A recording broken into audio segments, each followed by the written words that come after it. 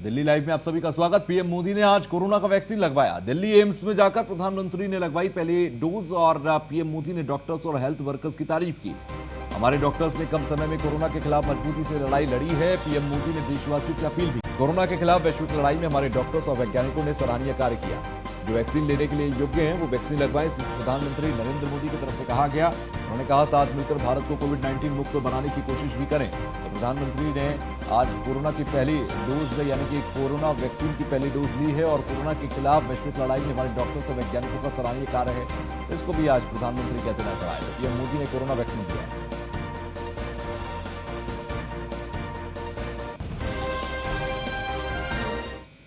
तो वहीं देश भर में आज से कोरोना वैक्सीनेशन का दूसरा चरण शुरू हो गया है। वैक्सीनेशन में 60 साल से ऊपर के उम्र वालों के साथ साथ 45 से 60 साल तक की उम्र के उन लोगों को भी वैक्सीन की डोज दी जाएगी। दिल्ली के एलएनजेपी अस्पताल के medical director doctor Suresh Kumar से खास बातचीत हुई। वैक्सीनेशन के अभियान शुरू हो चुका है। हमारे साथ बातचीत करने के लिए एलएनजेपी के एमडी है डॉक्टर सुरेश सर, कितनी तैयारी है दूसरे चरण को लेकर?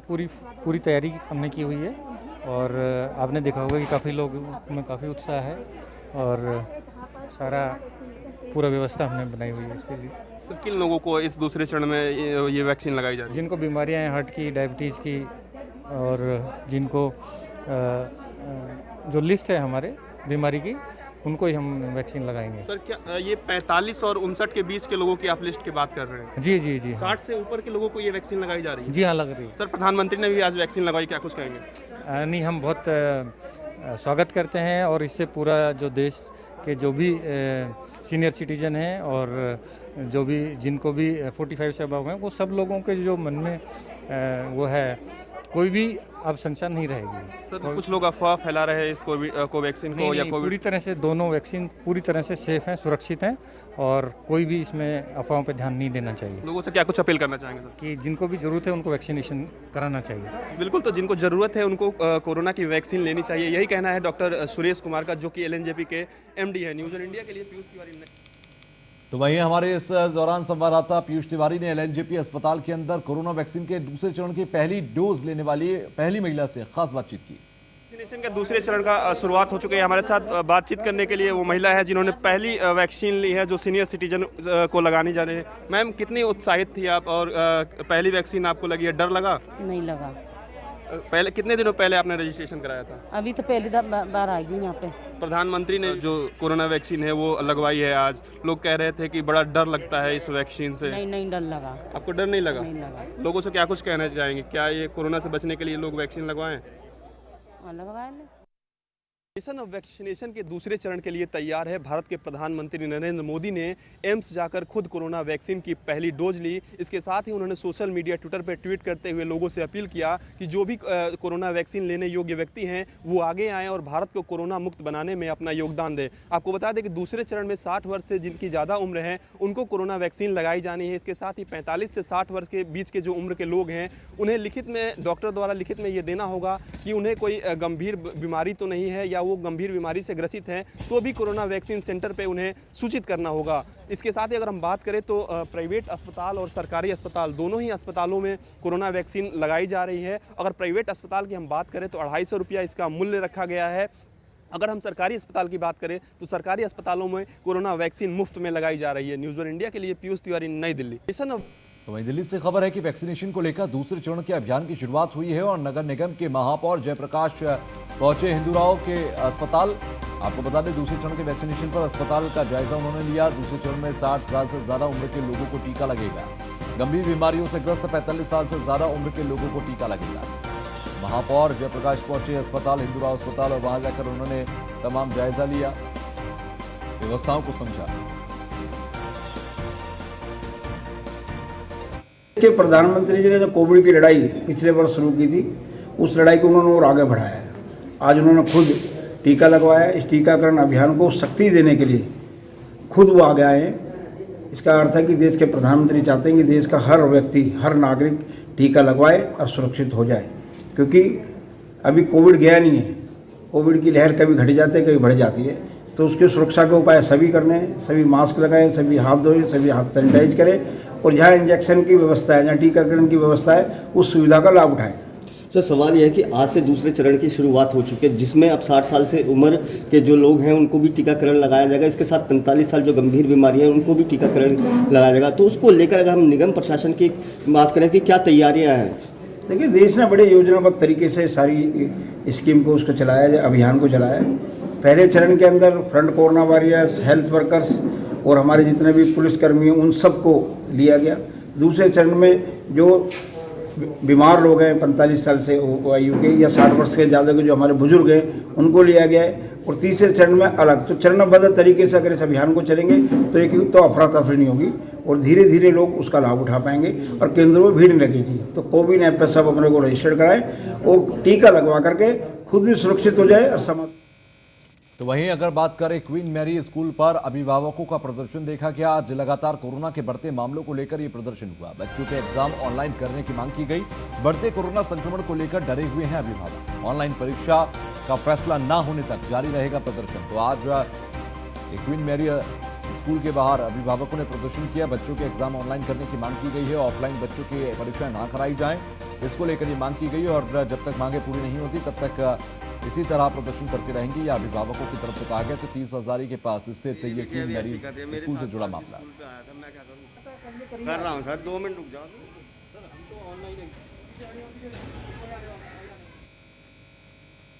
हमारे यहाँ जो मेन मुद्दा है, स्कूल में सोशल डिस्टेंसिंग बिल्कुल भी फॉलो नहीं हो रही है। कोई प्रोटोकॉल नहीं है। एक क्लास में 60 प्लस बच्चे बिठाए जा रहे हैं, कोई सोशल डिस्टेंसिंग नहीं है। एक बच्चा कोविड पॉजिटिव हो गया है, क्या हम वेट करें कि हम अपने बच्चों को भी कोविड पॉजिटिव होने दें? लेकिन प्रिंसिपल एक बार भी पेरेंट्स से आके नहीं मिली है। पेरेंट्स 3 दिन हो गए मिलने की कोशिश कर रहे हैं, लेकिन वो कभी एक बार भी नहीं आई है। 3 दिन पहले भी पेरेंट्स यहाँ इकट्ठे हुए, आज भी पेरेंट्स इकट्ठे हुए हैं। पुलिस बुलाई गई है, लेकिन पुलिस प्रशासन भी पेरेंट्स की कोई सुनाई नहीं कर रहा है। सिर्फ और सिर्फ प्रिंसिपल की तरफ से ही फेवर किया जा रहा है पुलिस को, और कुछ सुनाई नहीं हो रही। तो आप लोग क्या चाहते हैं कि? हम लोग चाहते हैं बच्चे की सेफ्टी फर्स्ट रहे। और अब सिर्फ एक ऑप्शन बचा है हमारे पास, ऑनलाइन एग्ज़ाम का। अदरवाइज ये नहीं होता है तो हम अपने बच्चों को एग्ज़ाम नहीं देने देंगे। ऑफलाइन एग्ज़ाम हम नहीं देने देंगे, बच्चों को बिल्कुल भी नहीं भेजेंगे।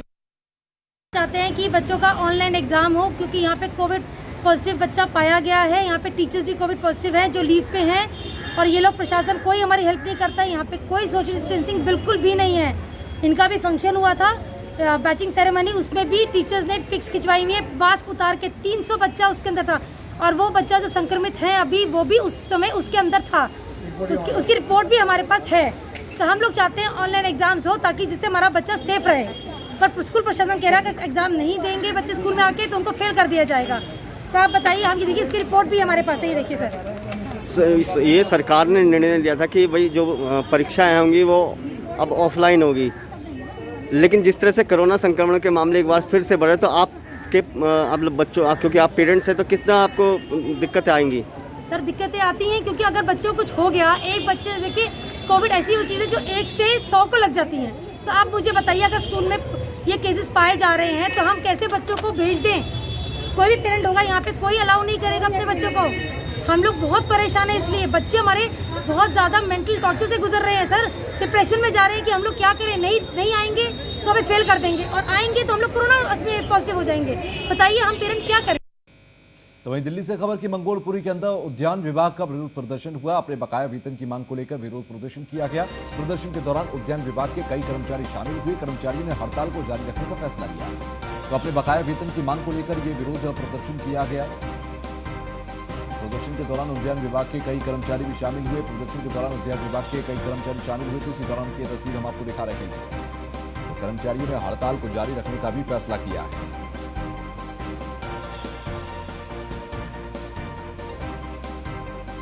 सर के देखो 6 आदमी के मेरे 5 साल एक्सपायर हो गया। 10 जनवरी के ख़त्म, छठा चढ़ गया। इसके 7 साल 8 साल पहले यही तनख्वाह रुकी थी सर। हमारे आदमी टेंशन से एक्सपायर हो गए। अगर कल के सर अगर हमारा कुछ हो तो मेरे 5 बच्चे, 3 लड़कियां कुंवारी है, अभी 1 लड़की की शादी कर दी। अभी महंगी हो गई, सरकार ने महंगी कर दी है। हाँ। तो आप हमारे तो आप लोग अपना घर कैसे ऐसा? मैं तो कोरोना में पूरे ड्यूटी पैदल चल के करी हूँ और ये भी नहीं सोची हमारे बच्चे, अभी 5 साल के एगो बच्चा है, वो मरेगा कि जिएगा हमारा कोई भरोसा नहीं था कि अगर हम मर भी जाए कि हमारे बच्चे के पालने वाला कौन है। फिर भी कोरोना में एक दिन भी छुट्टी नहीं कि अभी हमारे सर भी है और तनख्वाह रोके मैं दाना दाना मुहताज हूँ। मैं किराए वाला घर में रहती, मेरा आदमी कैंसर के बीमारी से मर गया। और अभी पिछले साल 10 मई में हमारे रोड गेम वाले के पक्के कर दिए, सबके लेटर मिल गए, उसके साथ हमारे लेटर नहीं मिली, हमारे फाइल लौट के आ गई क्योंकि 5 बार 1977 के वो लोग प्रूफ मांग रहे थे, वो भी हम अपनी प्रूफ लगाइए। आज तक हम पक्के, बाकी हम हर तरह से गई हूँ, CB सेंटर राहुल सर के पास फाइल है मेरी, बाकी कोई सुनने वाली नीचे वाला कोई सुनता नहीं। हमें पता है कि हमारे पार्कों का काम खराब है, वो तो हमें पता है, लेकिन जो हमारा जो पैसा है, हमारी सैलरी है, वो टाइम से दें। 1 हफ्ते में हमारा जितना भी हमारा इलाका है 1 हफ्ते में साफ कर देंगे हम पूरे इलाके को। अगर समस्या आधार निकलता है तो 1 हफ्ते के अंदर सब कुछ सही है, बिल्कुल साफ कर देंगे पार्कों को।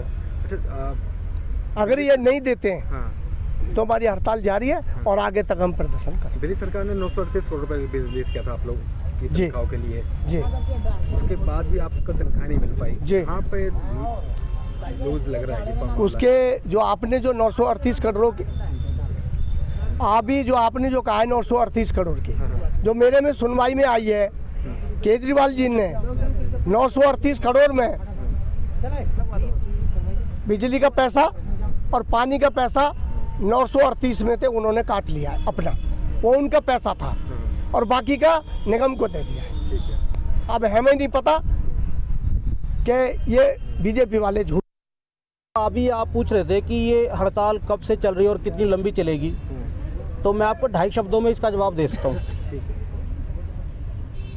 पहली बात तो ये कि ये हड़ताल जब तक चलेगी जब तक हमारे अधिकार नहीं मिलेंगे।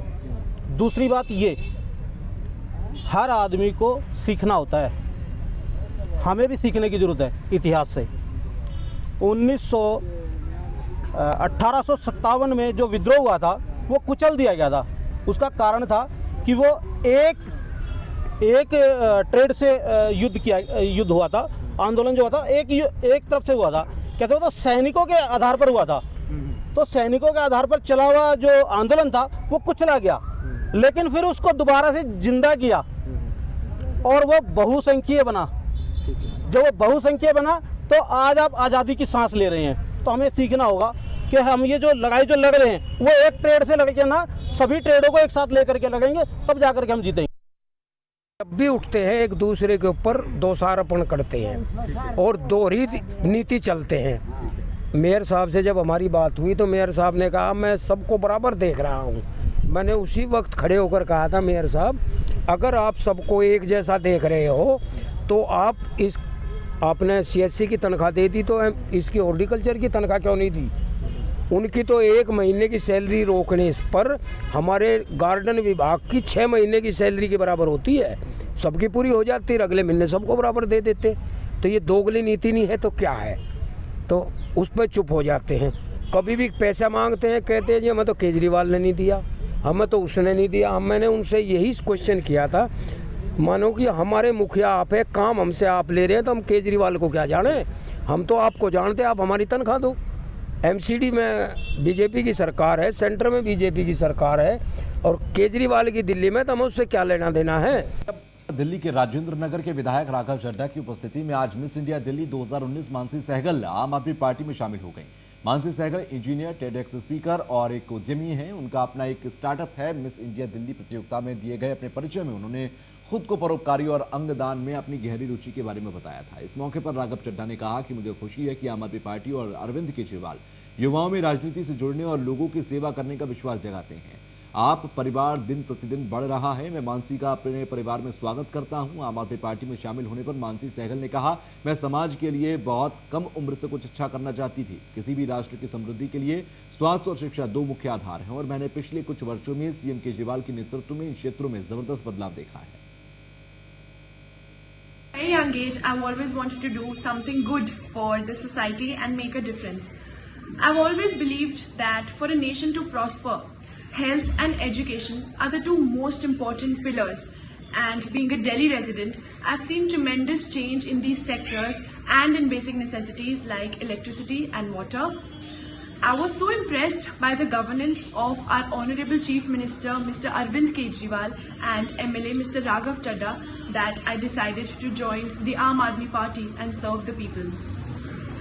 I genuinely feel that through clean politics, we the people of the country can get the right direction and bring about a substantial change in the world that we live in. Through this address, I would just like to encourage the youth of the society and especially the women to come forward, join us and bring about the change that we wish to see around us. तो वहीं दिल्ली में double murder से फैली सनसनी। नागलोई फाटक के पास हुई कई राउंड फायरिंग और दिन दहाड़े दिल्ली में 2 लोगों की गोली मारकर हत्या कर दी गई। हमलावरों ने दिल्ली के अंदर फिल्मी अंदाज में घटना को अंजाम दिया। अस्पताल में डॉक्टर्स ने दोनों को मृत घोषित किया। दोनों मृतकों के शव को पोस्टमार्टम के लिए भेज दिया गया। मृतकों की पहचान सलीम और जाकिर के रूप में की गई है। पुलिस ने मामले में कार्रवाई कर जांच शुरू कर दी है।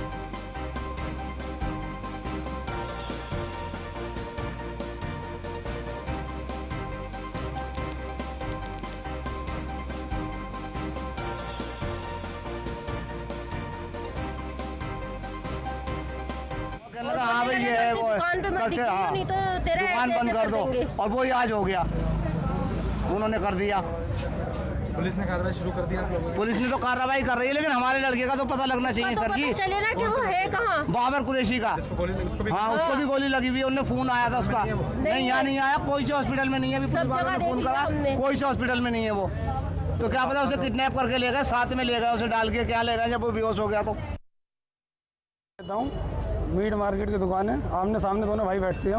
मेरे सामने गोली मारी है रईस ने, मोमिन ने, राजा भी था साथ में, मैं शकील भी था, और मैं भागा हूँ तो मेरे पीछे गोली लेके भागे। मेरे पैर में चोट लगी है, पीछे लेके भागे इनके। मेरे पीछे ये फायरिंग कर रहे थे, मैं भागते भागते गली में से भागा हूँ। वापसी रंजिश कुछ नहीं थी, वो रईस में और आरिफ भाई। खबर रोहिणी से। आम आदमी पार्टी विधायक महेंद्र गोयल का क्षेत्रवासियों को दिवाली का तोहफा, बुजुर्गों और बच्चों के लिए मनोरंजन केंद्र और लाइब्रेरी का शुभारंभ। सेक्टर 11 में विधायक महेंद्र गोयल ने किया लाइब्रेरी का उद्घाटन। वरिष्ठ नागरिकों के लिए पुस्तक की व्यवस्था उपलब्ध कराई जाएगी। तो आम आदमी पार्टी विधायक महेंद्र गोयल क्षेत्रवासियों को यह तोहफा मिला है और बुजुर्गों और बच्चों के लिए मनोरंजन केंद्र और लाइब्रेरी का शुभारंभ किया गया। सेक्टर 11 में विधायक महेंद्र गोयल ने लाइब्रेरी का उद्घाटन किया। RWA बधाई के पात्र है। जिस समय मैं यहाँ पर